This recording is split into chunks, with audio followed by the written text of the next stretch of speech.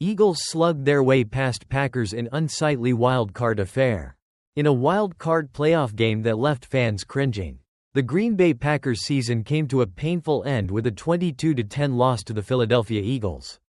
The Packers, who had an 11-win season, simply couldn't get it done against the top-tier teams. And this game was the perfect example of that flaw. They couldn't move the ball. And Jordan Love's 3 interceptions didn't help matters, even with a solid run from Josh Jacobs that set up their only touchdown. It wasn't nearly enough to overcome their offensive struggles. From the start, it was clear this was going to be a slugfest. The Packers turned the ball over 3 times in the first half, including a fumble caused by a big hit from Eagles linebacker Oren Burks on the opening kickoff.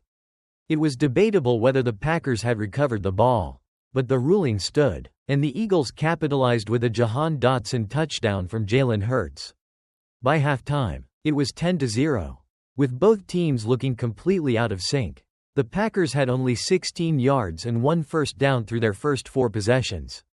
While Hurts was having his own struggles, missing 7 consecutive passes after starting 6 for 6, the second half didn't offer much relief, though there were a few bright spots. Dallas Goedert broke free for a 24-yard touchdown after shaking off 3 defenders. And Jacobs answered with a great run to the 1-yard line before finishing the drive for a touchdown. Still, the Eagles' defense tightened up when it needed to.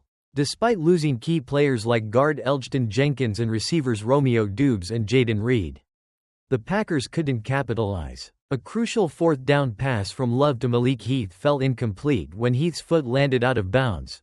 Just another example of how the Packers' day went downhill. With the Packers' offense failing to execute, their defense did what it could to keep them in the game. But ultimately, it wasn't enough. For Green Bay, it was a frustrating end to a season that started with a lot of promise. Love, who showed flashes of brilliance last season, struggled to find consistency this year. And the loss in Philadelphia summed up the team's inability to rise to the occasion against elite competition. As the offseason begins, the Packers face some tough questions about how to bridge the gap between their potential and their actual performance. The road ahead looks uncertain, and it'll be a long offseason of figuring out how to improve for next year.